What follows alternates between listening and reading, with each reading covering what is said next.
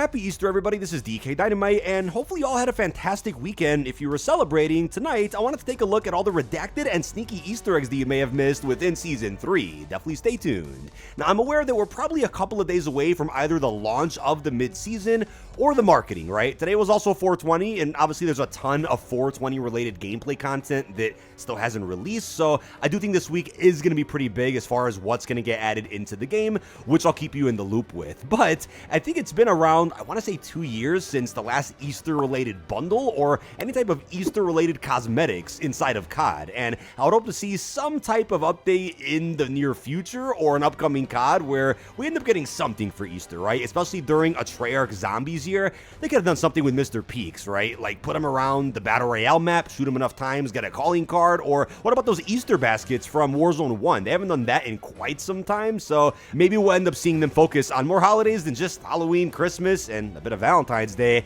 Maybe they'll go back to doing something for Easter in a future COD title.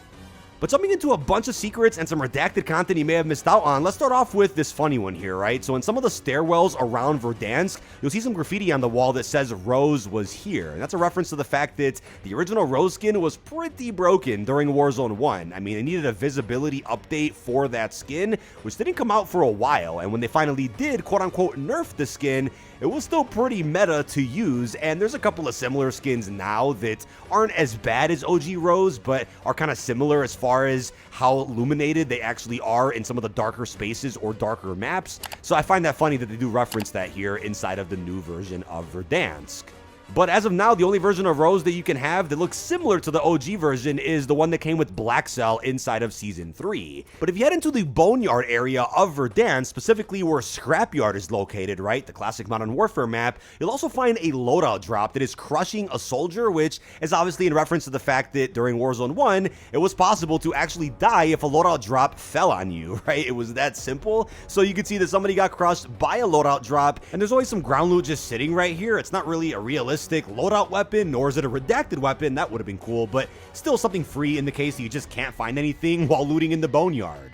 But something you may have noticed in the recent Season 3 blog post is a teddy bear that's supposed to be on Verdansk, and this was actually in the original Warzone as well, to my understanding. Unfortunately, it's a reference to a developer's daughter who sadly passed away, and you can find this teddy bear again, as you can see here on screen. Doesn't seem to be any Easter egg tied to the teddy bear, but it is just simply a reference to something that was in the original Verdansk. Now, I am aware that there's around, I think, a dozen spawns for this teddy bear, and it's unclear if maybe with a future title update, something gets added in where we have to go to all these locations and interact with something. Could the teddy bears actually do something on the map itself? We got to keep an eye on this in the case anything does get added soon. We also have a reference to the Verdansk Nuke event that took place during, what was it, Season 3 of Black Ops Cold War. This is a Nuke event that I think to this day is still being debated as to whether or not it's canon to both Modern Warfare and Black Ops. For now, I'll say that there is good evidence pointing to the fact that it is, but obviously Warzone will be Warzone. Maybe it's not canon. Either way, right by the stadium where the nuke actually set off, you can actually find some rubble and some wreckage of a nuke that didn't seem to explode. So maybe it's a hint that this actually didn't happen, or it failed when trying to hit the stadium, or it's simply referring to the fact that, yeah, this happened a couple of years ago, here's a little reference to it. It's nothing more than that, but obviously there are calendars you can find around the map, which actually circle April 22nd, when the Nuke event actually happened inside of Warzone many years back. I don't think anything's gonna happen around 2 days from now to reference this, but I think the calendar is just there to remind us of when this event did occur back during Black Ops Cold War. But by the way, isn't it crazy that we have a Damascus blueprint in the Season 3 Battle Pass? I think it would be genius if we ended up getting a challenge event or some Easter egg within Verdansk at some point this season, or maybe next season, that could reward everybody with a universal Damascus camo unlock for at least all the Black Ops 6 weaponry. Let me know in the comments down below if that's something you'd want to see. Now, over in the quarry point of interest, you're also going to be finding a purple vial, which you might mistake for what was that Ethereum canister back in Urzikstan. That was, of course, a part of Modern Warfare 3 Zombies. This is actually a purple vial that you could collect to become a human again while playing The Haunting of Verdansk, where you're able to play as a zombie and collect like 3 or 4 vials to become human. pretty cool reference, and I do believe that we are going to be seeing the return of some type of Verdansk haunting event at some point, maybe in BO6 Season 6. It would be criminal if we don't see that, but obviously we got 2 years in a row of the Haunting of Verdansk, one for Modern Warfare and one for Cold War, but that Zombies Royale type mode has come back on other maps like Al Mazrah. We saw it again in Rebirth Island not too long ago. But while we're here in the quarry, I also want to point out in this specific building, you can find a red door. Now, you can't actually go through the red door, but it's the same red door model that we did see back in Verdansk 84 during Cold War. And we also saw red doors again in the Urzikstan Christmas update, which didn't really make all that much sense because that was still a Sledgehammer Modern Warfare year.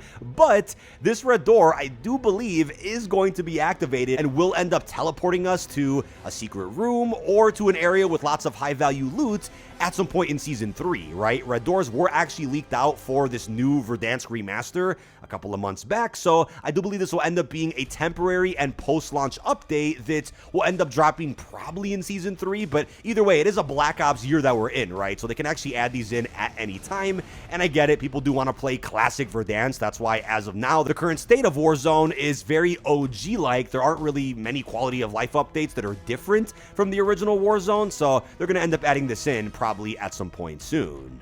Now, circling back to zombies for a second, obviously there was a reference to Zombies Royale, but you can find actual dead zombies by the prison. So where the Vodianoy ship originally docked back in Verdansk 84 is where you'll find some dead zombies. That was a really cool POI update that actually led into the Nuke event that we ended up getting. It was an extra space you can visit, and obviously there came a point in time where there were zombies kind of populating all points of interest on the map. Then eventually the whole map got overrun and got completely nuked, but everything started with the Vodianoy ship. It was a ton of fun, an extra area to have some fun final circles at if you were lucky, and there's some references here to those zombies that you can see on the ground.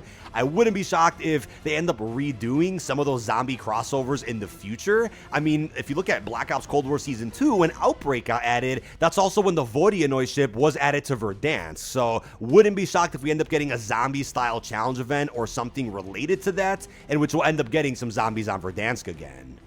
Now, things actually get pretty crazy here, because if you remember the marketing for Black Ops Cold War with Pawn Takes Pawn, you'll remember that various teasers were added to certain bunkers and secret rooms inside of Verdansk. And guess what? Those shacks and areas are still present, but are locked behind a code. Now, if you go up to some of these shacks, as you can see one here by the prison, it'll say that the keypad is actually inactive. It's not just stagnant or blank. It actually does show a pop-up on screen that the keypad is simply inactive, meaning that there will be a point in time when it is active, similar to the original Warzone, where there was a point in time where you went up to these keypads and they just looked blank, like a random asset. Then eventually it said inactive, meaning that, yeah, there was something that was about to be turned on related to those secret rooms. And what do you know, inside of one of them, like the one you're seeing on screen, there was like an RCXD, a teaser for Black Ops Cold War, and more pieces of the puzzle leading to the big Black Ops Cold War reveal within Warzone.